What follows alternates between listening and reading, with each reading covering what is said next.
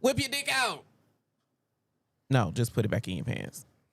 It's crazy how far Santana has come, like, throughout his career, especially being a big boy and really just leveling up and being one of the biggest, like, creators in the corn industry.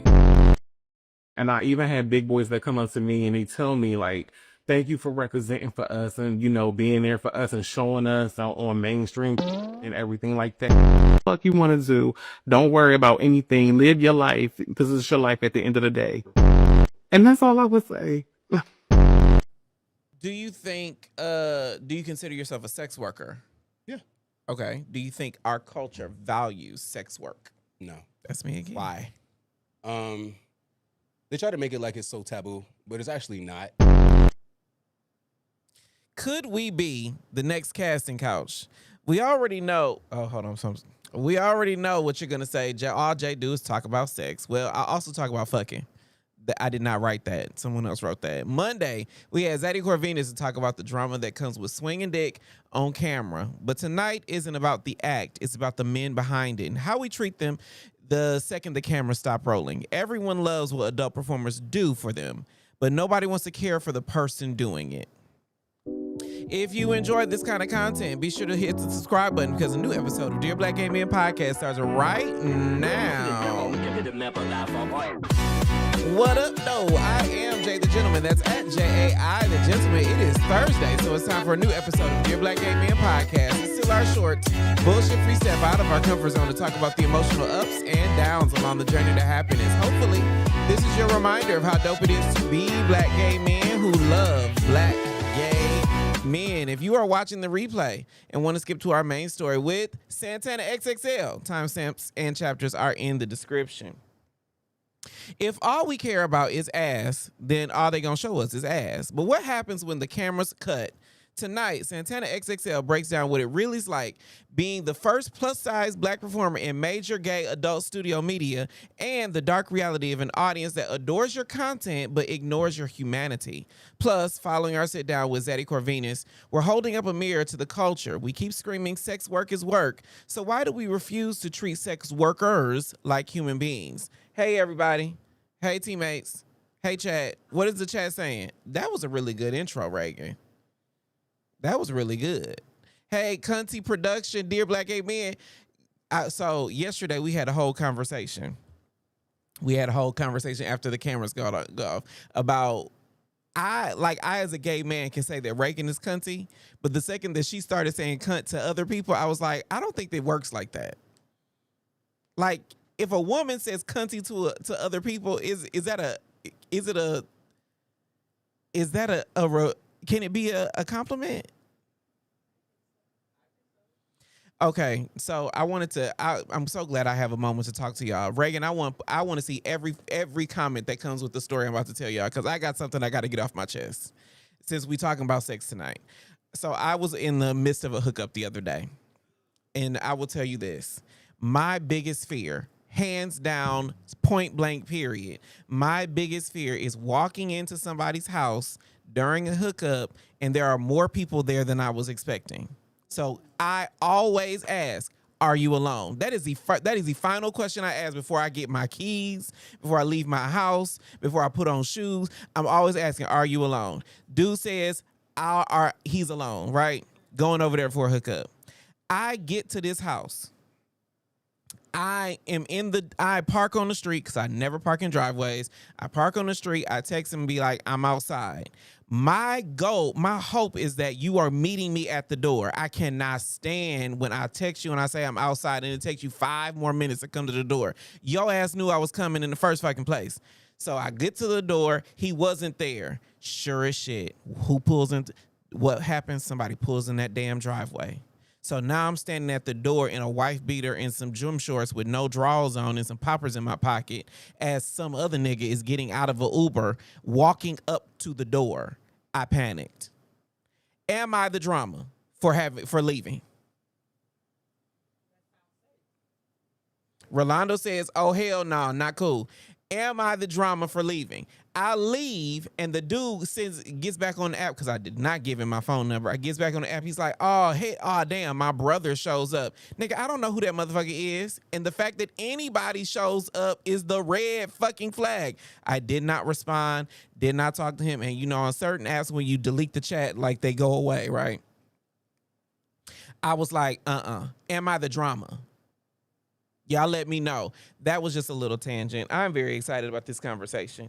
We are going to be talking about all the things. Oh, fuck no, I would have been hot. I was 38 hot. Normally, I would be like, let me just go and find somebody else. But this time I was like, absolutely not. Because the last thing I want to do is go to somebody else's house. And then he says he's alone and I walk in and there's somebody else at the door. I walk in and it's other people in the house. I walk unsafe. Absolutely not. Okay, teammates. As I said, I'm excited about this one. It's going to be a good one. I'll get my guest to weigh in on my situation when he sits in the chair. But let's get into the episode.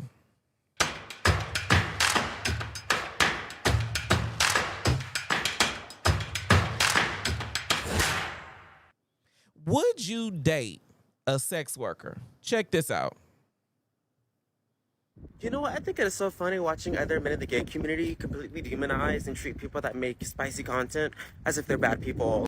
Like, they completely will not date men like that just because they are making them think as if, like, they're terrible people for making or doing sex work. And it's sad because the same men that are doing that are also the same men that are spending 8 hours a day on Grindr, sending nudes for free. All these people are doing it for money. Like, you Pause have right there. SEX. So this is what Zaddy Corvinus was talking about on Monday. He said that he was going to be a slut no matter what. And so he might as well get paid for it. The question is, for everybody else in the world, would you date a sex worker? And I'm going to tell y'all my opinion in a second. I see somebody said I would. Who else? I can't read that. Legendary Prince said, oh. Would you date someone who is in adult content, porn star, sex work, all the things? Now, here's my issue. I have no problem with your profession, whatever it is. However, I will acknowledge for myself, my own bias is when it comes to people I see that create adult content, they just end up in a lot more drama than others. And I don't know if it's because the ones that I follow are prominent or maybe they are dramatic. I don't know which it is. But in my head, it just seems like every time I hear about somebody who had a violent relationship or everybody who had an issue with drug use or everybody who had, like, all these issues feel like they are magnified with people who do adult content and sex work, in my experience. Let me know if I'm the drama. Now, I would not write somebody off if I did not know they did porn and then I just find out, oh, you a porn star. But if I see you in beef after beef after beef after beef on the Twitter, and then next thing I know, you slide in my DMs, be like, hey, what's up? I'd be like, hard pass. Am I the drama? Am I the drama? King Boom Dada said, no, nothing wrong with it. I just like my relationship exclusively mine, and I don't want my person letting everybody see what they have going on, just my preference. Okay. Now, here's the other thing. Every person that I know that does either adult content, they are porn stars, all the things. Every person I've talked to says that having sex as a career is very different than the sex that they would have in their real life. They might be the same position or they might do some of the same things, but the feeling that they get from is very different. Like Zaddy Corvinus said that he is checking for angles and light and all the other things. Whether or not he busts a nut, that's just, a part. That's just, a take in the scene. But it is not pleasure that he's getting out of it. It is performance and a paycheck. That's what he's getting out of it. So does that affect how you see what they are doing? Winter Minute said no, but it's not because I think they're terrible people, just not my preference. I'm very curious about this. As long as he's being safe. What do you mean by that, Holla at Your Boy? As long as he's being safe. What do you mean? Safe how? Like wearing condoms?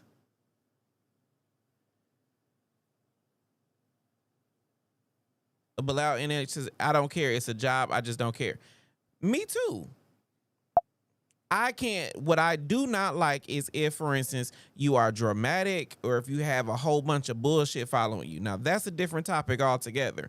But if you just happen to have found a career path that says that says, you know, you look good with your body off, or what you do with your hole of your mouth or your dick, go in, let have. I guess it depends on the individual versus their profession. I think that's the best way to sum up what I said. Okay, let's see what else he got to say. Sex workers that are doing this for a living, and because some of them didn't have any other choice, they didn't have any other resources but to do this, and they're making a killing off of it, but you're over here fucking judging them, and they're doing it for money, starting a business. You're over here judging them for free, sending nudes for free to men that don't want you. Like, mama, I don't know, I just think it's so, like, sad, and I'm like, you're literally gay. The last thing that I think other people of these professions need is for you especially to be judging them. And I don't know, but it's just like bullshit. I agree. This is what I'll add. I think queer culture, black gay men especially, look for any reason to judge somebody. We will judge people on what they wear. We'll judge people on who they've had sex with. We will judge people on what they do for a living. We'll judge people on what they drive, what part of the city they live. We will find any reason to judge other people. I have been on this show and people talk about me because I live in Decatur and not Atlanta. I've been on this show and people talk about me because I'm thick but I'm not thick enough, or I'm thick and I'm not skinny. People have told me that I'm not masculine enough, I'm not feminine enough, I'm not a whole bunch of things to be who I am. And I think that we look for any reason to judge somebody. And the unfortunate truth is, when it comes to starting a business, when it comes to creating a platform for oneself, you got to let everybody into your business. You can't be a gay porn star and not deal with gay people. That's the unfortunate truth. And you got to be kind of public about it because you want people to find your shit. Michael Jones 9433 says, yes, though the issue arises when I think partner wants there to be a limit on the things you do. To that end, I would be like, I get it, because I talk about relationships and dating for a living. So there is a limit to the things I will tell people on this show when I'm dating somebody. So I get that there will need to be boundaries that come in, but that's one of the reasons why I think a lot of porn stars and content creators are single, or they date other content creators. Winter Minute says, I don't like attention, and being a content creator of any kind is not my thing. All right. So Winter Minutes ain't flirting with me.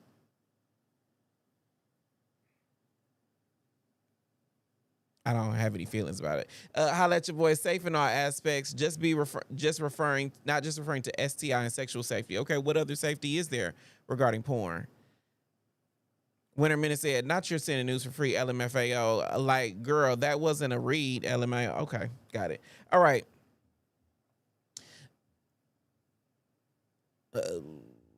I'm trying to take fillers out of my language, so I'm trying to not say okay. Now a clip from our friends at the Surface Level podcast. Check this out. If the three of us were a throuple, it was like, we all happy together. The next time it couldn't be me. Shut the f up. So I have an unpopular opinion. I think gays, for at least the next decade, should stop talking about non-monogamy on the internet. Oh. I don't want to see another fucking hot take, opinion, talk, parsing of all the opinions and experiences. Maybe just go date who you want to date, sleep with who you want to sleep with, and don't date and don't sleep with who you don't want to sleep with. Okay, pause right but there. everybody's fucking opinion around how other people should do relationships. He said he don't want to hear another hot take about some damn non-monogamy or open relationships. And I agree. But here's the reason I agree. It's because these two groups of people ain't talking to each other. People who are into non-monogamy do not give a shit about your monogamous relationship. And people who are into monogamy should not care about non-monogamy. But the problem is, not monogamous folk are looking to date folk in the non-monogamous dating pool. Y'all in the wrong room in the hotel, friend. Y'all are in the wrong dark room. Y'all need to take y'all ass into the monogamous dark room and stay your ass over there, because we are not talking to each other. There is not an argument under the sun that a monogamous person could make to make me want to strap down to one person, however it looks. And there is not an argument I could make to a monogamous person to be like, maybe you should consider it. Fun fact, I have dated someone who actually was monogamous and tried their damnedest to be with me, and it did not work. The reason why I agree so strongly with this particular opinion is because we are not talking to each other. But I would also offer that is just the nature of everything. There is not an argument under the sun that a Republican can make to make me believe that I need to vote Republican in the next presidential election. There's not an argument under the sun that a white person to me could make to make me think that white people do not have white privilege. There are just certain things that are happening in our life and society now where we are so far apart that we cannot see each other. And in a lot of those instances, I'm just like, all right, well, this is my time to shut the fuck up. Rolando said the monogamous dark room. I heard that. That's just my opinion. That's my hot take. I don't mind anybody's relationship, but the one thing I will say that I've learned and I've seen on the internet is these monogamous girls that are just so loud about complaining about the status or the way other people create relationships. Just go find somebody who aligns with your own values, my nigga. You don't need to convert the culture. Yes, there might be more non-monogamous people today than there were 50 years ago, but that doesn't mean anything for you. There is not a shortage of monogamous girlies in the world. Just go find one. Drew Candy said, I wonder if there's an uncovered fear many have about admitting to non-monogamy being better fit, but instead prefer to just cheat. I do have a friend. I would not say his name, but he is absolutely non-monogamous, but there's just something in his head that won't allow him to acknowledge it. He will not introduce that into his relationship, even though he absolutely has eyes for a whole bunch of other people. He want to be out here busting down Tatiana. He has told me that he has busted down Tatiana in his relationship, but he just will not say, I want non-monogamy. Because in his case, he doesn't want his man out busting down Tatiana either. And I said, well, that's just selfish. But again, you married, not me. I don't know anything about navigating a relationship to that degree. Winter Minute said, I don't think that's the case. The conversation is usually non-monogamous people trying to sell their case when frankly, you're right. We don't care. So do you. Maybe that's just the algorithm talking to me, because that has not been my experience, but I do acknowledge that it could absolutely be possible. All right. King Boom Dada said, okay, mind your motherfucking business. What they, we, I do has nothing to do with the next person. I wish people would shut up and mind their business. I agree. Mind your business and find the person, people, relationship, situation that serves you, and you will be a lot better in the world. But what happens is we got these keyboard assassins that get behind their phone or get behind their laptop, and they all of a sudden have a hot take, which really is not a hot take. It's just the same bullshit regurgitated to your followers that we heard 10 other times somewhere else on the FYP page. I just don't get why we are having this conversation over and over again. And interestingly enough, Surface Level Podcast actually did have the hot take about just shut the fuck up about it. Keep going, Surface Level. Talk to me good. If the three of us were a throuple, it's like we all happy together. The next time it couldn't be me. And don't date and don't sleep with. Okay.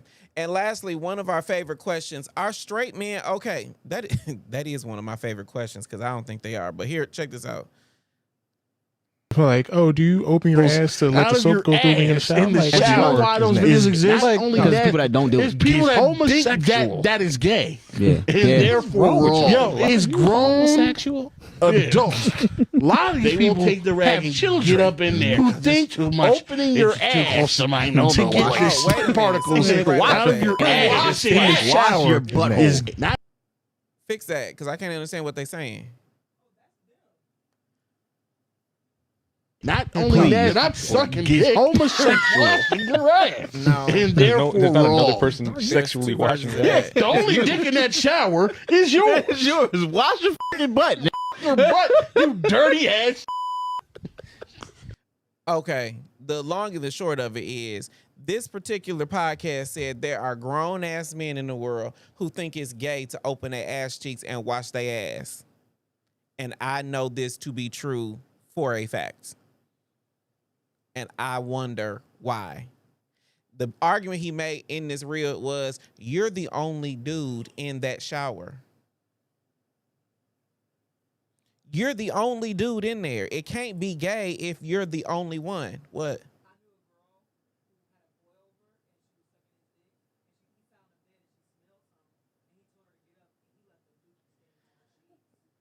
That's disgusting. Reagan just said she had a friend, not a girlfriend because Reagan is straight, but she had a friend who had a boy over. Female had a boy over, and she was sucking his dick, and he sat down on the sheets and left a streak on her sheets. Straight niggas are the worst people on the planet.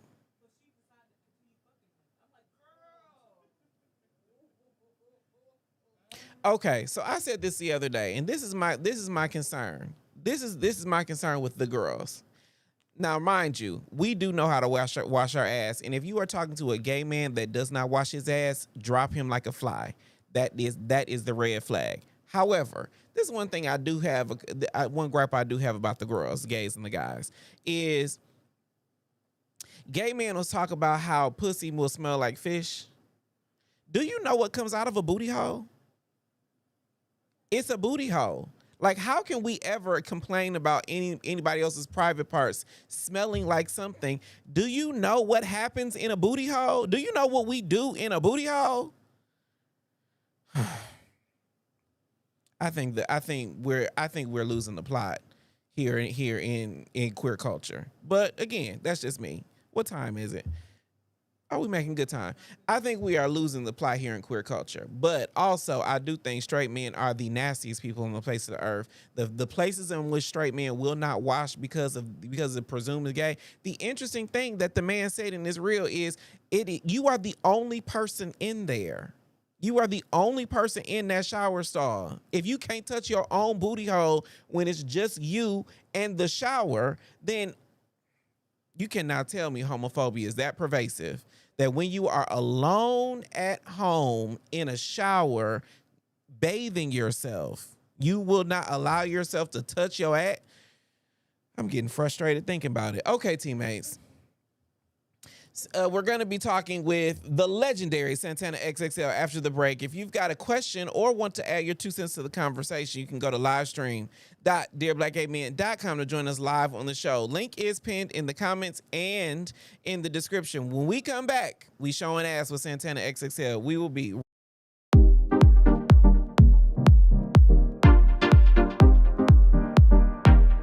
up, though?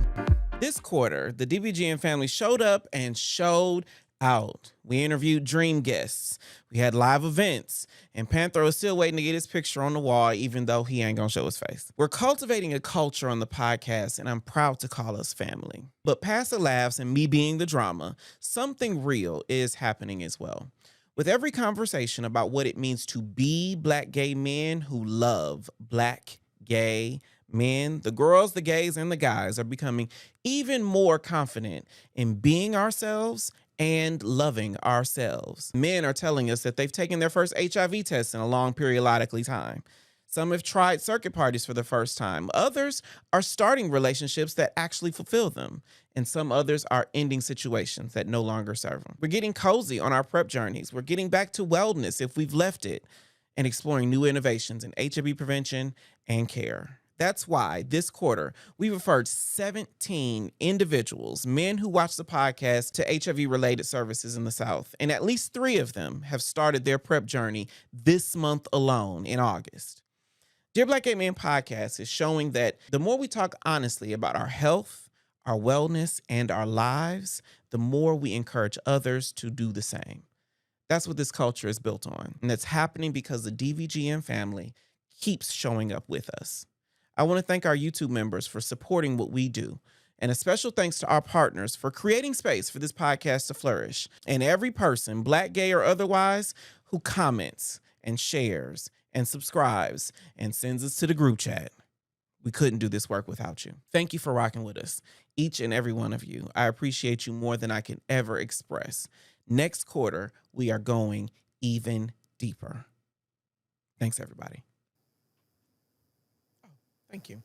What up, though? Hold on, friend. You got that fan in my face. Put it from mic closer to you. There we go. What up, though? We're live on Dear Black Gay Men podcast. It is time for church announcements. Hit it.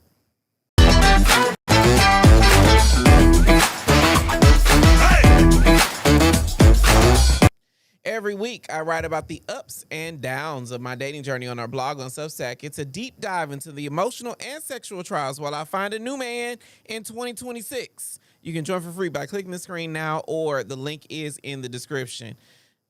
We've got, of course, Santana XXL is here in the studio. I'm so excited about that. But this is the end of a sexy ass week. We had Zaddy Corvinus on Monday. We had Dr. Daddy, David Melbranch on, and we got Santana XXL on tonight. Next week, we will not have a show on Monday because Uncle Jay is taking a vacation. Shout out to me. Okay. And then Wednesday, it'll be us in the chat, and then Billy the Goat will be here on Thursday. So it's going to be an exciting week next week. And then, go ahead. Oh. And then, of course, remember, the easiest way to support what we do here on Dear Black Gay Men is to become a YouTube member. Members get access to exclusive conversations, and members-only chat, behind-the-scenes content, and you get to chop it up right here on Dear Black Gay Men with me and my guests when we have them. Tonight, we got a very special one. Remember, a portion of your memberships will be donated to a nonprofit doing the work to move Black queer culture forward. Just hit the join button below this episode or send a super chat of any amount. For all the latest updates, follow me everywhere on socials at JAI, the gentleman, on IG and Threads. We are coming to the end of a brand new week of content, and next week is going to be even bigger, especially on Wednesday, because on Wednesday morning, we have Dear Black Gay Men Love Lessons that happens every Wednesday, on Apple Podcasts and Spotify. And then, of course, we go live on Mondays, Wednesdays, and Thursdays right here on YouTube. And then our after show happens immediately following for our members. So make sure you hit the subscribe button, turn on notifications so you never miss a thing. And we will be right back. What up, dog? I am Jay the Gentleman, and I host all the craziness that happens right here in the back room. As far as I know, we are the only queer-led podcast that has its own studio in Atlanta. We party in the back room. We have a Kiki in the back room. Get that gooch licked on or something. Like, figure it out. Like, we have a cocktail in the back room. that's really good. That's what she said. And we grow in the back room. Every time y'all are here, every time you're here, you say something that I'm just like, that really happens? If you're in the Atlanta area, you want to join us in the back room, visit dearblackgaymen.com/tickets to see what live shows and events we have coming up right here in the back room.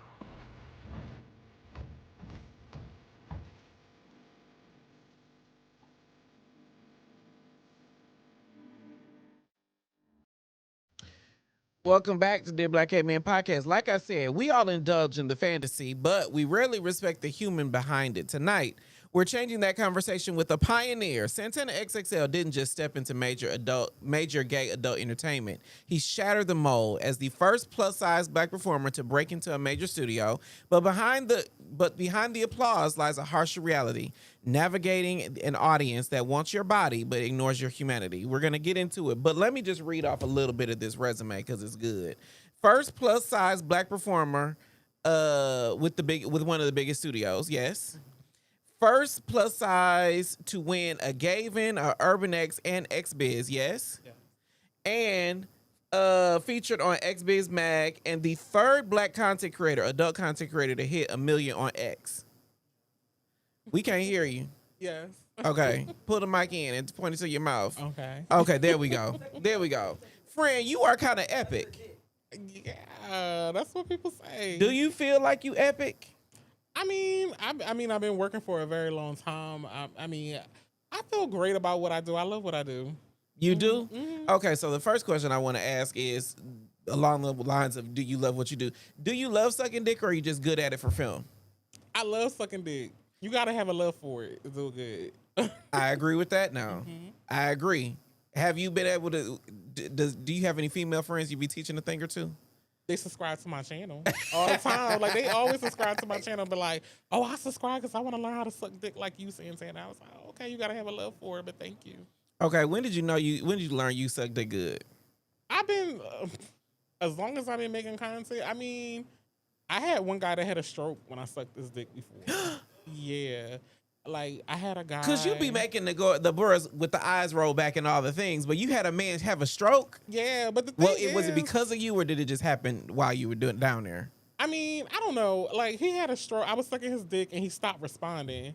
And I was like, I was patting him to make sure he was okay, but he wasn't responding. I had to call 911 and the ambulance came out and got him. Did you know who he was, or was it a hookup? It was really a hookup, but like he wanted to film, and I filmed the whole thing, and the ambulance came and stuff, and you know they took him away on a stretcher. And was this a long time ago or recent? This was a long time ago. But he was okay. He was fine. You checked on him? Yeah, because we filmed again. Like we filmed again. Like after that whole ordeal and stuff like that, he wanted to do it again, and I was scared. I was scared as shit. And we hooked up and we did it again. Yeah. And that's how it was. I'm kind of baffled by that. He had a stroke. He had a stroke in my car. Like, he had a stroke really in my car when I was sucking his dick. He just stopped responding. And I'm like, and I just patted him. I was like, are you okay? Are you okay? And he didn't respond, and I got scared, and I called 911. Most people would have left him there, but I mean, he was in your car. I bet you had some to do people would have something. just drove off and left his body there, but no, I didn't do that. I can't.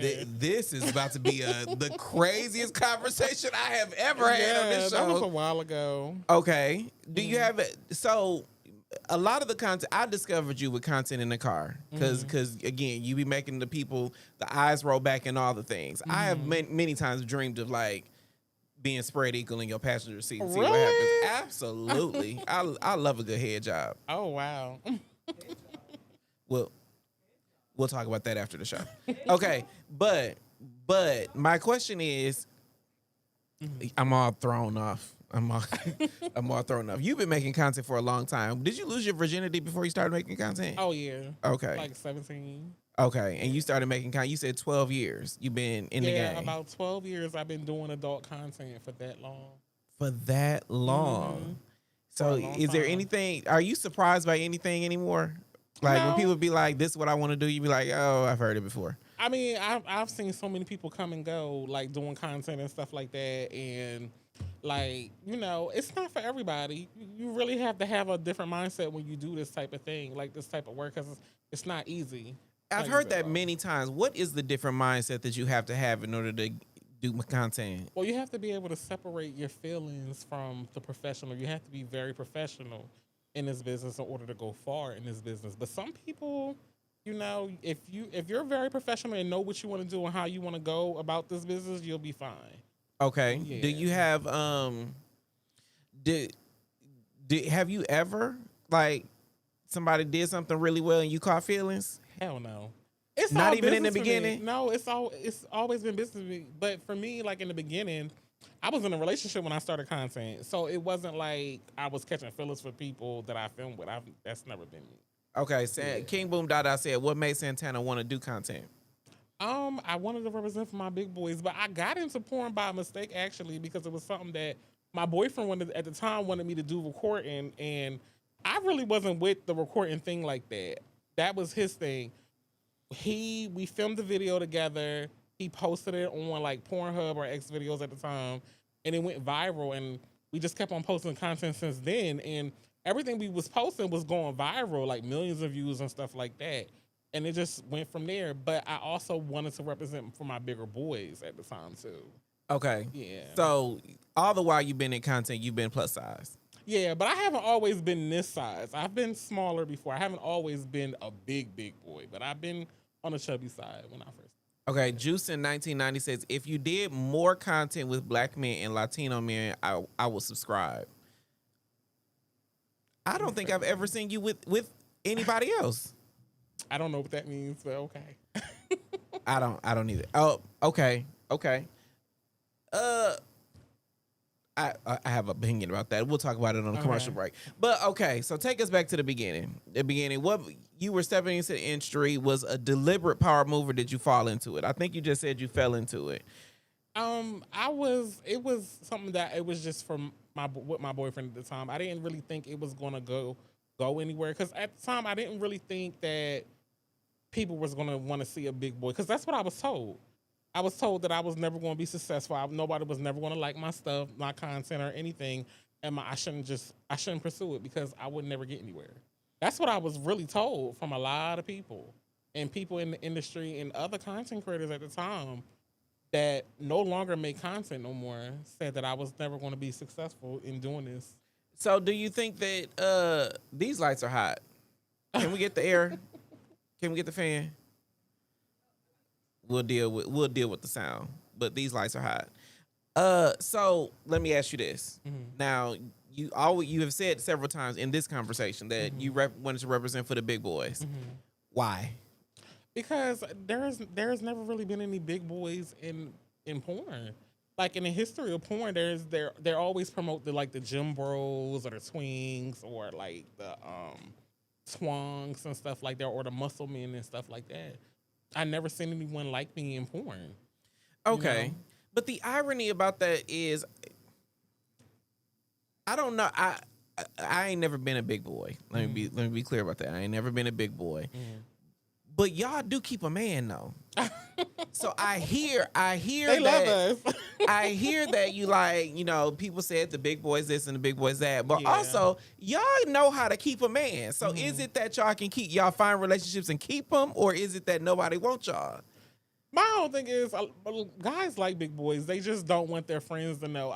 You should see the people that be in my DMs or in the DMs of other big boys and stuff like that. Like, they love big boys. They just don't want their friends to know, or the people or their friends and everybody else to know that they in the DMs of big boys. They try to hide the fact that they be with big boys sometimes. Okay, being Mr. Witty said, I love that he's getting visibility in the porn community. I just don't know why he is the only one. There need to be many more. I agree. Okay, and so what? A male confessor. Had never seen that name before. Jay, it ain't the lights that are high. You still thinking about that? We'll talk about that later. Yes. Yes. Yes, I am.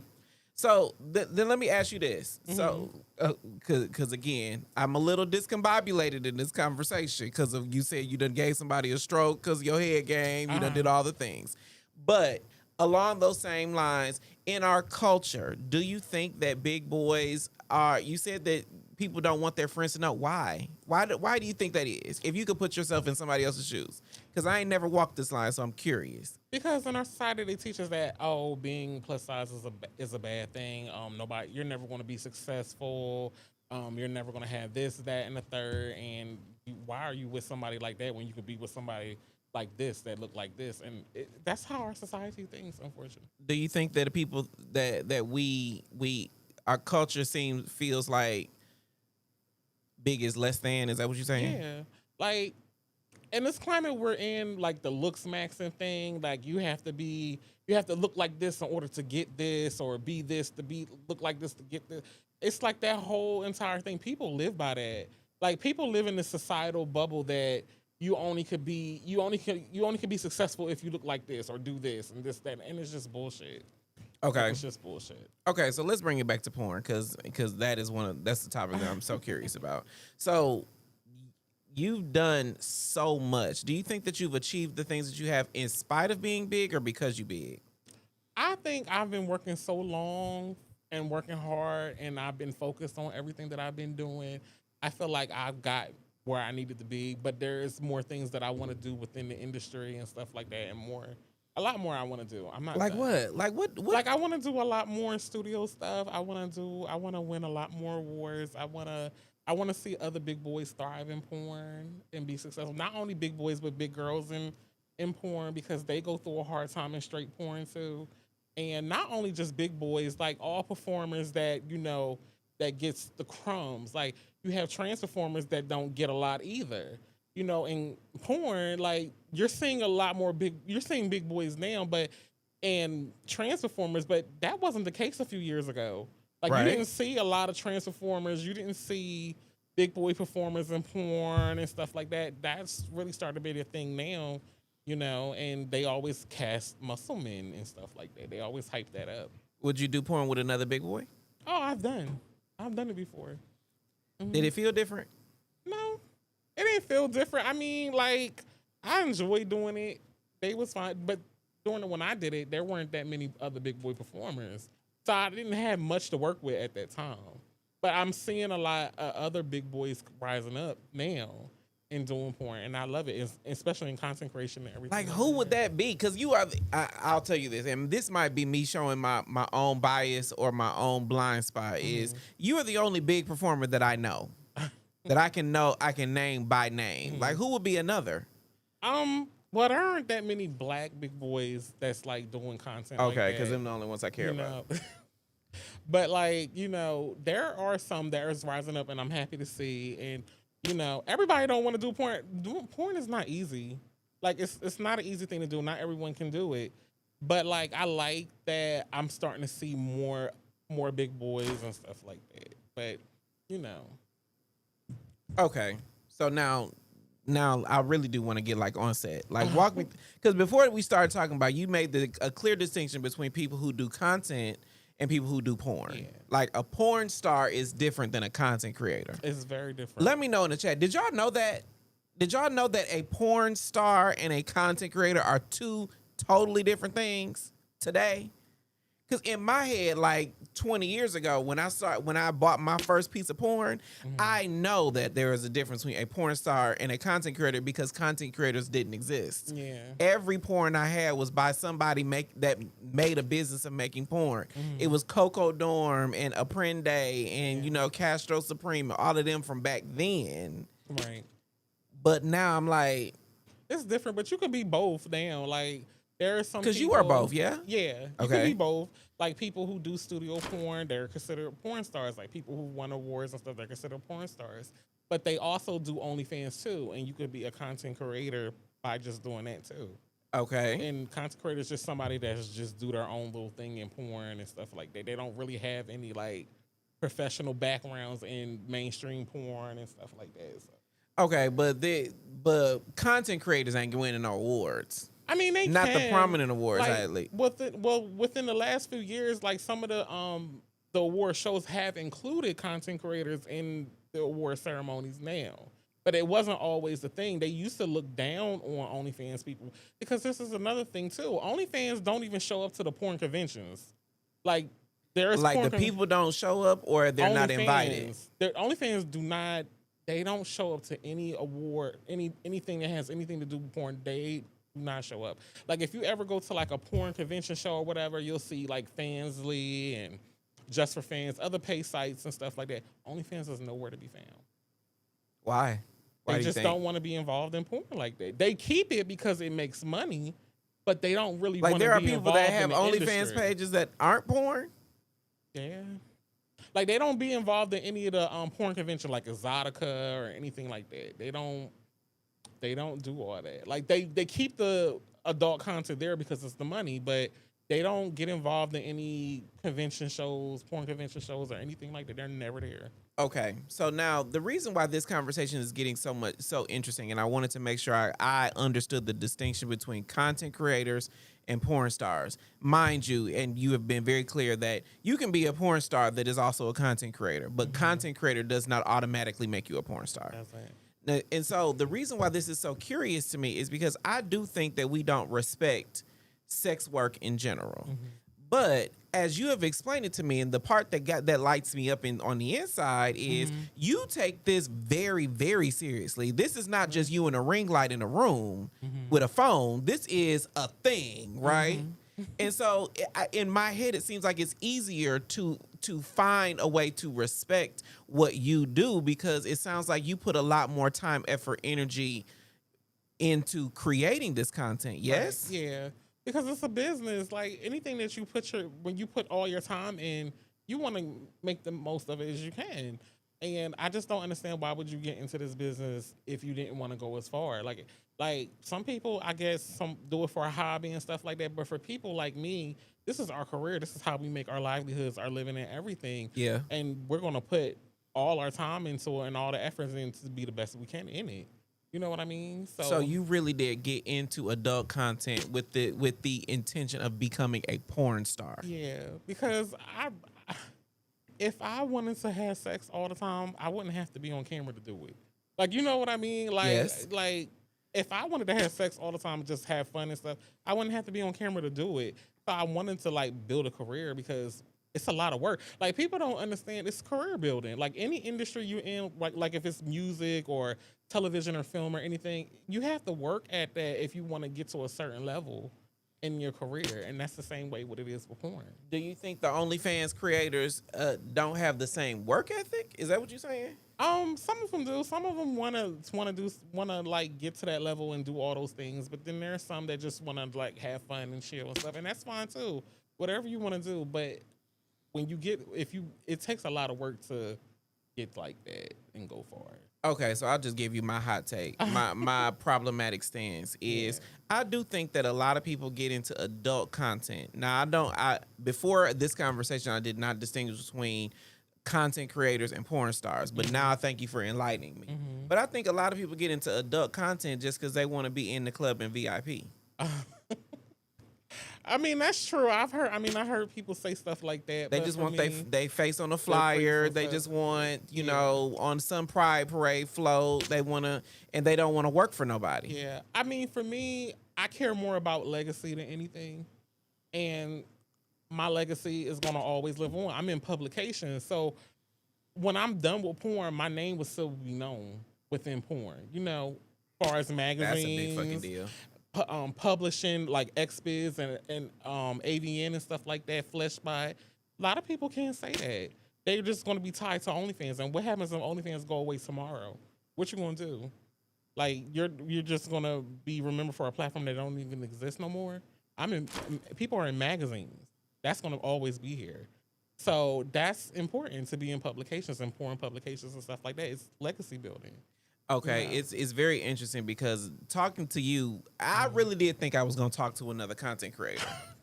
I really did. I thought it was going to be just another little conversation about how, you know, I got a big dick or a fat ass, or you were going to be talk about being plus size and getting fucked. And I'm like, well, content creators you are a legit talking to me like as an entrepreneur, and that is totally changing my whole mindset about everything, every fucking thing. It's a lot of work. Like people don't understand. Like doing professional porn is a lot of work. You spending hours on set filming a whole scene. That 20-minute scene that you watched took almost 10 hours to make, and a lot of people don't understand. Like it's scripts involved. It's you know, table reads. It's a writer, producer, directors, all that in there. Rolando said, you're legit a business and a brand. He fucking is. Thank you. Panther said he knows business. You are. This is big. And I will tell you, for all of the content creators that I've spoken to, all of the adult content creators that I've spoken to, this is one of the first times that I can remember that I'm like, it's a business. Yeah. It's not just me and my little page or my big page. There's a system here. There's a thing. There's a mechanism behind you. That's dope as fuck. Do you get that? Do you feel it? I mean, I want everybody, if you're going to get into like porn and stuff like that, treat it serious. And you got to be mature and you got to be professional. And some people got it and some people don't. You know, it all depends on what you want out of it. You know, I wanted more than just hooking up and all that other stuff, but I wanted to like build a career for myself because my name is still going to be Santana when OnlyFans is going, because one day it will be gone. I was about to be like, what's your real name? And I ain't going to ask you that on that's TV. The thing. Like people don't think about that. When OnlyFans go away and you're just on OnlyFans, where's your porn name going to be then? Because you know, OnlyFans did go away. You remember that when they tried to OnlyFans tried to get on the App Store and they had to delete all the porn stars. Yeah, and all the people was like, "What the fuck?" They reversed it in a week. They was going to like ban porn on there, but a few days later, they allow porn because it makes the money. But you know, the irony is because there was a time where they banned TikTok for all the people that make other kinds of content. Remember, they banned TikTok for like a month or 3 weeks or whatever it was. Same scenario. Right. Okay, let's take a break before we keep going. Well, remember, if you want to join me and Santana XXL, you can go to livestream.dearblackgaymen.com to join us live on the show.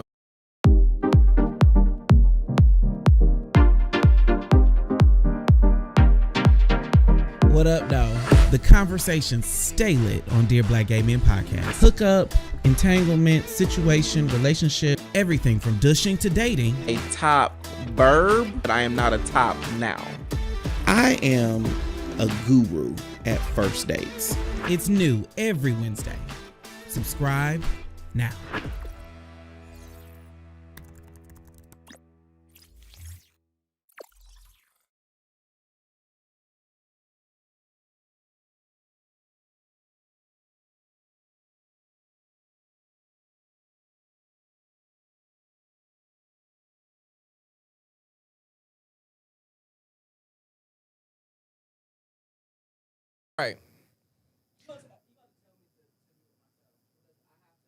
You can just put a button in there.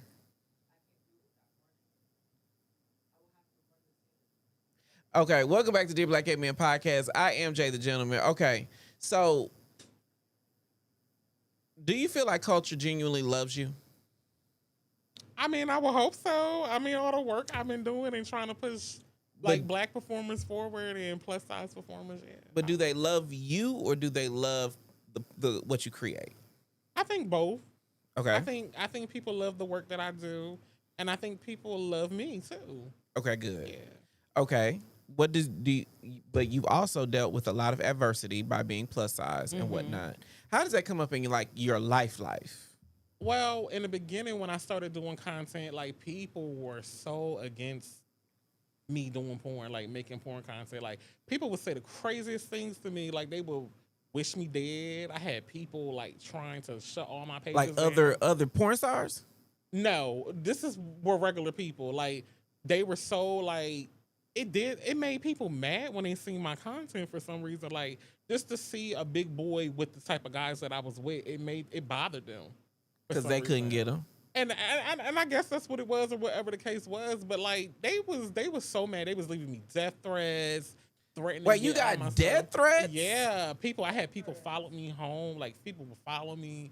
Like people would make up fake stories just to try to get people to not work with me. Like this is what I went through in the beginning, and it was hard for me to build what I had built now. Like I went through a lot of suspensions, like 10 suspensions. I couldn't keep a page for nothing.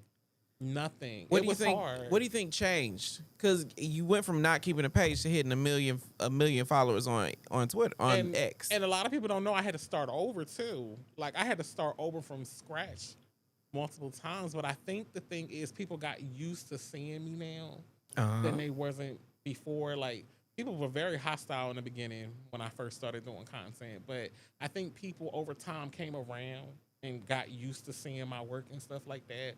And I just been producing ever since. Okay, so I will say that I do think the animosity that you would experience is very different than someone that is not a big girl, someone that is not plus size, etc.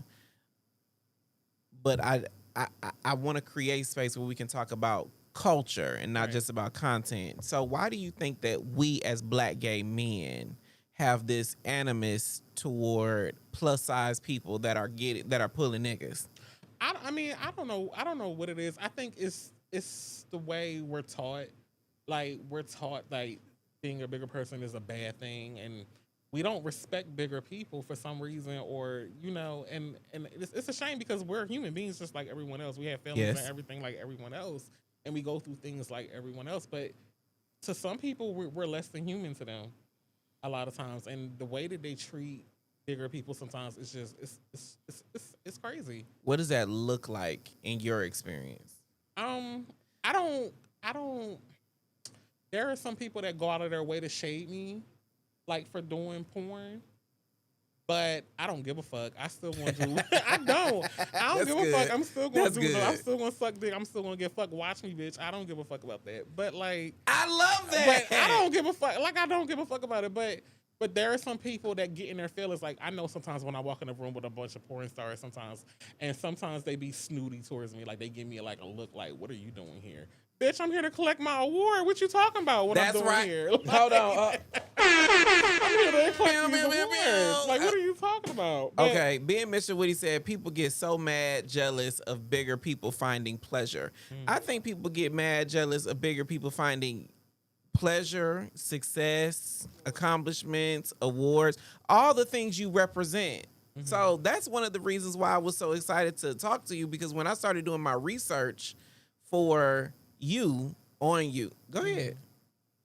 Oh, thank you. When I started doing my research on you, I was like, you pretty fucking amazing, friend. Thank you. I mean, I do my best. Like, my journey has not been easy. Like, especially, it's easier now than what it was in the beginning, because a lot of people don't know I went through a lot of shit. Like, even porn stars back then would say, like, you just will not make it. I just don't see it for you. You might as well just give up. No one's never going to like your stuff. Nobody's never going to buy your stuff. You might as well just give up and stuff. And the crazy thing is now, some of them people came back and apologized to me years later. And then some of them wanted to work with me later on, and then some people were Did you just say no? like, yeah, I said no. Oh, yeah. I wouldn't have said no, but like, people were just so crazy. Like one time when I went to the award show, somebody came up to me and was like, "What are you doing here?" And I said, "I'm nominated for an award." How long ago was this? This was probably like a good 3 years ago. So relatively recent. Yeah. I mean, 3 award shows ago. Some performers came up to me and apologized for some of the things that they said. And the crazy thing is, like, back then, sometimes people feel like if they don't see it for you or they don't feel like you're going to ever be anything, they feel like they could say whatever they want to say to you and no one would never know. No one would never care because who's going to care about you? So they feel free to say a whole bunch of negative things to you and stuff like that. Not to think about that person might blow up in the future or become successful, and now you're apologizing for what you said to them. But here's the gotcha about that is so many straight folks do that to the gays all the fucking time. Yeah. We would not get gay bashed or picked on, or homophobia would not exist, or so many people do that to people living with HIV or people, all the things. There is a version of this story, exactly the same truth that you just said, that's everybody can relate to, yet somehow or another in the eligibility committee, in LGBTQ culture, we somehow find a way to do the same shit straight folks do to us, to big people, or to people living with HIV, or to people. It's fucked up. Yeah, it is. It's a mess. Like, we're all human beings at the end of the day. Why can't we just respect each other? Why can't we just respect each other? Okay, so real quick before we go to our last break, I do want to talk about sex. Okay. So now you plus size, and you've been very candid about that. I appreciate you talking about it. Do you have to have a big dick to fuck you good? No. But you got a lot of ass, friend. I understand that, but my thing is though, I've come across dicks all the time. Like I've had big dicks, I've had average size dicks, I've had small dicks and stuff like that. A lot of times, the guys with the biggest dicks, sometimes don't even work. Like sometimes that shit don't even fucking work. Like it don't work at all. And then I had guys that had average size dicks that get the job done and know how to work it. So get the job done well, or just get the job done? Get the job done well. I've had guys that had average size dicks that fuck better than some of the guys with the big dicks. Okay, honestly. but the reason I ask is because plus size or otherwise, you got a lot of ass, friend. And so tell me, man. Does your definition of average size account for the cake that you bring? I can do a good 7. I can do a good 7. The biggest dick I've ever had was a 16-inch. Who has a 16-inch dick? I had an ex that had a 16-inch dick. Like is it a real 16? Yeah. You got a picture? No, I don't got a picture. I haven't seen this man. I haven't seen this. I'm man just kidding. in I wouldn't years. ask you to see. I would ask if you wanted to show me, but still. I haven't seen them in years, but like I've had guys that had big dicks and don't know how to. They don't work. But 16 inches is like to my knees. Long. Okay. Do you like long or do you like thick? When somebody describes it, do you like a poke or do you like a stretch? I prefer longer than girth. Okay. You know, but I'm fine with I am fine and satisfied with a 7-inch dick with a guy that can do it and know how to use it. Okay. Yeah. So then let me ask you this. Does the same principles apply to like giving head? Because that's one thing you're known for. Like, do you like a long dick when you sucking dick? Or do you like a... It don't matter to me. I mean, the thing is, like, people like head differently. Like, some people like it sloppy and wet. Some people like it dry. I don't understand the dry shit. But, like, there are some people I call that neat head. People like it neat. Dry, I don't understand that. People like it neat. I want it dripping down to the seat I'm sitting on. Like I want to soak the chair. That's how I like it, and that's how I do it. But some people don't like that. I know that. I be watching. Or like some people don't like it wet and sloppy like that. And I'm like, well, how else am I supposed to do it? I want it wet, sloppy, and noisy. Yeah. Like I want to hear it in the back of in your epiglottis. Yeah, cause some people like dry. I met a guy that like dry. I'm like, who the fuck like dry head? Who likes dry anything when it comes to sexual? I know a porn star that like dry head. I so want to be like, well, who is it? But I ain't gonna ask you that. Okay. He like dry head. I'm like, who the fuck? Like hold on. Dear Black Gay Men says someone said their love language is the type of head where you gotta wipe your ass after. Yeah. When it's touching your ass and going through your crack. Oh yeah, I want it dripping down to the car seat because I'm talking to Santana XXL. That's why I have a towel down so it won't ruin your seat. Fair. Like I want there to have to be a towel down. I want to have to put a mattress protector on, all the things. Rolanda said, "Ooh, don't kink shame us dry love niggas. I like teeth too." Ew, What? Teeth? What in the world? Teeth? Teeth? That's crazy. That's crazy. Teeth? You like your dick bit on? The balls too? That's crazy. We're not okay. We did totally kink shame you, but I apologize for that, Fred. But teeth? That's crazy. That is diabolical. That is absolutely diabolical. Okay, last question is, are you dating? I am talking to someone. Oh, I'm talking to a few people. But I love that. I love that. Yeah. Okay. How does your career path affect your dating life? I mean, it's hard. It's hard dating people outside of the business because they don't understand how our business works. Sometimes they think that because you do porn or you do content creation that it gives them a free pass to be with other people and have sex with other people. But no, what I do is business is work. It brings money into the house. If you're gonna be out here sleeping with people, you better be bringing some money home. You better go start an OnlyFans or something because we're not. No. Okay, that's a big topic. So now you're saying you could be open if they are creating money out of it as well. Because this is, for me, it's all business for me.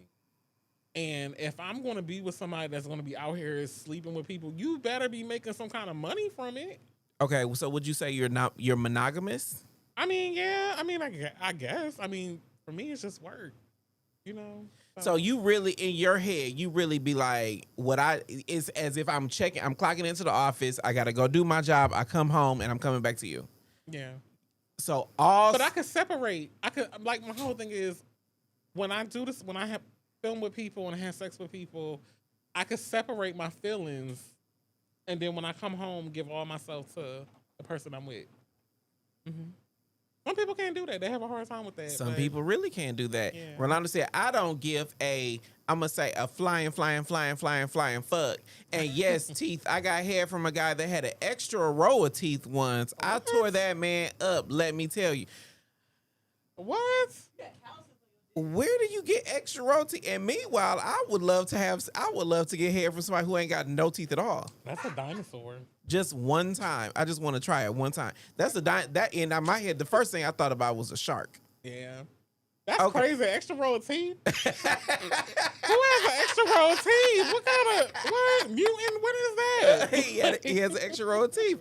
But you know, every piece of Tupperware has its lid, honey. And Rolando found his lid there. So shout out to you.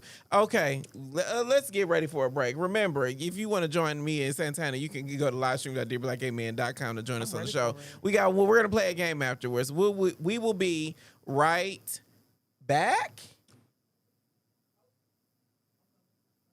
We will be.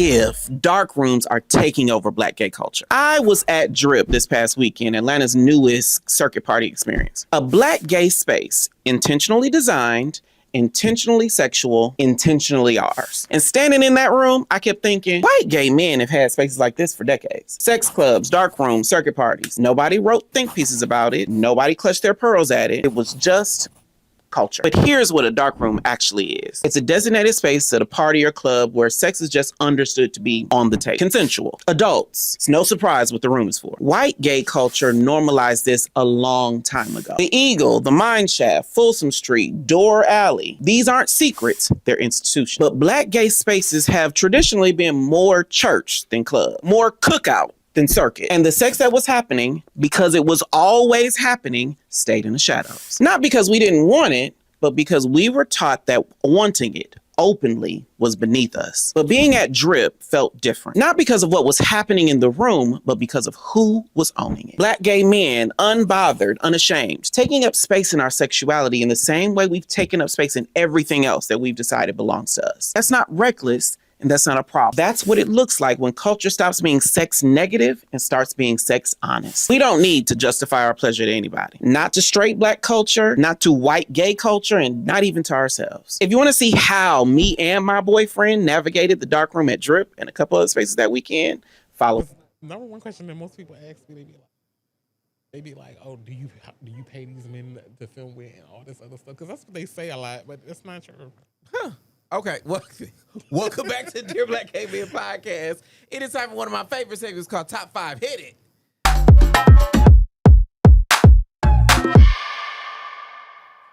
Now, wait a minute. You said people ask, do you pay them? Yeah, like people ask me questions because they think because I'm a big boy and they're not used to seeing a big boy with all these guys and stuff like that, that I must be paying them to do all these films with me. And it's just not true at all. But it don't matter how many times I say it, in their head, they're going to always think that that's what I do.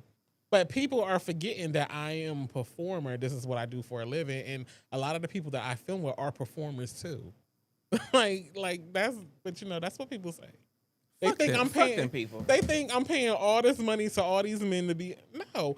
Do you know how excited these men be to like film and get in the car? Like it's crazy. And most of them ask me to film. Because the gotcha is filming with you is the come up, friend.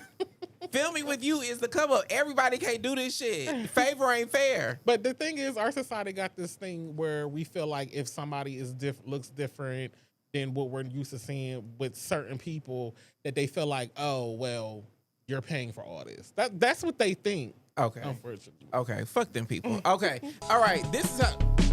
That was too early, but this is how Top 5 works. That totally threw me off. This is our recurring segment where me and my guests give our top 5. If you enjoyed, if you agree, give this episode a thumbs up. If you disagree, let us know in the comments what's your top 5. This is top 5 ways to actually please a big boy. Okay, I'll do number 5. I say it like Jill Scott says, squeeze my meat, everything on me got feeling. Balls, dick, please on the dick and balls. Like, is that for you as a big boy or what you do to other people who are big boys? I mean, I like my dick sucked on and played with. I got a nice size dick for a big boy though. I know that. No, I you got do. a nice size dick, but but I don't you got show a it nice a lot. size dick, period, friend. Yeah, I don't show it a lot though, but like people are shocked. It only took me a couple scrolls to find it. Maybe that's my algorithm, but I found I'm hard it. though, I got a nice size when I'm like really hard. Are you a bottom though? I am, but but the only reason why I'm a bottom though is because most of the guys that I film with, they only want to top me. They don't want me to top them. It's because they know whether their butter beside their bread is butter. Okay, so I said squeeze my meat. You said playing with the dick and the balls. Mm-hmm. All right, number 3, I'll say size doesn't matter. I think you can have amazing situations no matter how big or small the person is. Size is in your head. Exactly. Do you agree? Yeah, I agree. Like, you got people that got, like, big dicks, smaller dicks, and stuff. It's all how you handle it. I think it's all how you handle the whole body, though. That's what I'm talking about. Is I would bet money that, like you said earlier, that an average dick that knows how to please you as a person is gonna be 10 times better than somebody who is just trying to beat your hole in with a 10-inch. Like, it's nothing better than somebody being with somebody or having sex with somebody that knows how to master your body. Yeah, the whole body. Like, you know, like the way they touch you. Like, I've been with some guys that have been with so many big ones, they know exactly how to hold them. Yeah. Like where to put the hand, where to position them, where to be, and how to grab them and stuff like that. But also when to get rough and when to be gentle, all them things. I think that when the reason I said size doesn't matter is because it's the same as anybody. Like knowing how to understand the person's body regardless of how much body they got. Yeah. All right, number 2, what you got? Way to please a big boy. Nipples, play with the titties. You like your titties played with? Hell yeah. You want me to scream, play with my nipples, suck on my nipples and stuff like that? You gonna give me scream? Yes. That I will come just from that. Like, I really will bust a nut just from that. Really? Like, just playing with my nipples. I don't remember them being pierced or nothing, are they? No. Would you get your nipples pierced? I don't know. I never really thought about it. For everybody who I know who has nipple piercings, they say they got super sensitive. But if you start now sensitive, mine is sensitive. But that right there, like I don't even need to be touched. If you just touch my nipples and suck on my nipples and stuff, I will scream and I would just nut off of that. I will tell you, like for real. If I heard you scream like a bitch, I would nut off of that too. I will. I really will scream like a whole bitch. Like for real, you would think it's a whole female. That is exactly what I need in my life. Like I love a man who can like. Oh God, that does I'll it for give you me. more than that. Okay, all right. Number one of how to please a big boy is let go of the idea that you're doing big boys a favor. Big boys, we stay in their DMs, whether you believe it or not. We stay in their DMs. We are at the big boys. But if you believe that you better than them just because you got a six pack or a little bitty waist or whatever the fuck, let go of that bullshit, and I guarantee your sex game is gonna improve. They stay in our DMs. We stay in y'all DMs, and big boys really do got the pick of the litter. Now, whether or not you are self-aware and you willing to be seen in public, that's a totally different topic. But the idea that we doing big boys a favor by having sex with them, that is some bullshit straight from the pit of hell. And it's not even just big boys, it's big girls too. Like they go after the big girls too. They be getting a lot of love and all that, but they don't want their friends to know, and they want to be on the down low with the big girls and the big boys. They don't want everybody to know. But behind closed doors, they be all. And I think you need to open them doors up. Come out the closet with your attracted to the BBWs and the BBMs. But not BBC. We ain't talking about no BBC or here on Dear Black Gay Men Podcast. But that was our top 5. Cut the music, please. Good. Yay! That was top 5 with Santana XXL. I'm very excited about this. What is the comment saying about the top 5? Panther said, "Yeah, I love my nipples licked and sucked on. I get an instant hard on." I didn't know you was a bottom. I thought that you was didn't just. know I was a bottom? I thought that was just for the content. You've never seen me top before, so you didn't. Which is why I thought it was just for the content. I could totally see you climbing on top of a man and giving them life. I've never topped anybody on. I've never topped anybody on camera. Have I topped before? Yes, I have. But most of the guys that I've been with, they only want to top me. Like they only want to top Probably me. because they hear you moan. I don't mind getting my dick rolled, but like most guys, they want to top me, so it automatically made me a bottom, I guess. But again, I thought it was just for the content. I could absolutely see you. Maybe not topping me because I don't bottom, but I could absolutely seeing you like putting somebody through there. People underestimate me a lot because they don't see my dick as much. But when some people pull my pants down and they see me at a full hard, they be shocked sometimes. I'm not saying I got the biggest whatever, but like some people it's be good. shocked. Now I don't know if Reagan did her research, but I did mine. It's a good one. It's a good one. Reagan's research ain't gonna uncover what mine uncovered. Because I dropped my X number of dollars on the OnlyFans so I could see. I just needed to know who I was talking to. Too much. Reagan said she researched one person and she was like, "Oh, that's too much." Okay, holla at your boy. Say, I mean, I'm no size queen, but come on in with a pea shooter. I'm not a size queen Santana either. ain't no pea shooter now. Santana is a whole bazooka. If you touch them nipples, apparently Santana got a bazooka down there. All right, Being missing what he said. Mine are already sensitive, and I've heard people losing sensitivity after getting them pierced, so I don't want to risk it. I never thought about getting mine pierced until you said it. Actually, I never thought. I've heard about people like my best friend says that his guy like his shirt rubs against his nipples, and he's ready to go. Mm. Okay. All right, teammates, before we head out, let's comment on comments. Hit it.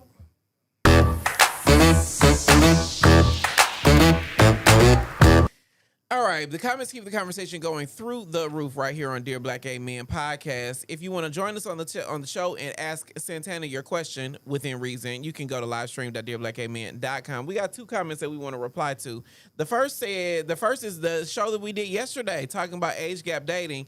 Charles Dodson said, "This was a good conversation and topic. Too bad I don't live in Atlanta. I would definitely be interested in getting to personally know Dr. David. We're the same age and I got my life in order." I will let him know. Now, fun fact, Dr. David, he be traveling a whole lot, so you never know where he gonna be. I don't know what you look like or if you're his type, but I'll let him know that you dropped a comment, and I'll let him govern himself accordingly.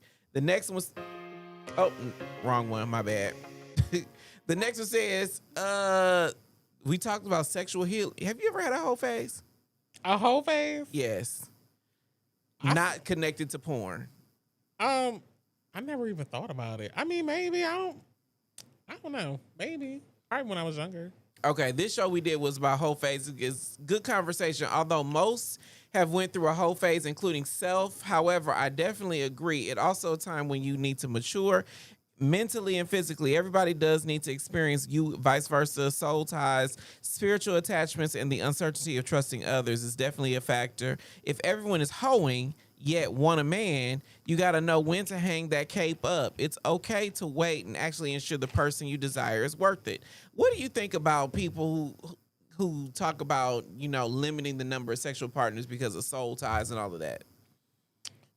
I mean, I feel like do what works for you. I mean, if you want to limit the number that you want to decrease you having sex with, that's your business. I ain't got nothing. It's different for everybody. Live your life. You don't think it diminishes your value as a partner because you've had multiple partners, does it? I don't care. Is body count a thing for you? No. Do you care with the other Look, person? I'm a porn star. Like, why would I care about body count? That's crazy. Okay, that's a good one. All right, Santana, this has been amazing. This has been amazing. How you feel? I feel good. I really feel good. This has really been amazing. I really want to thank you for joining us tonight on Dear Black Gay Men Podcast. That's our show. I want to thank Santana XXL. Their socials are linked in the description. Subscribe to the OnlyFans. You'll love it. And download this porn on men.com. Men.com? Men.com, OnlyFans, Just for Fans, Fansly, Fat House, Loyal Fans.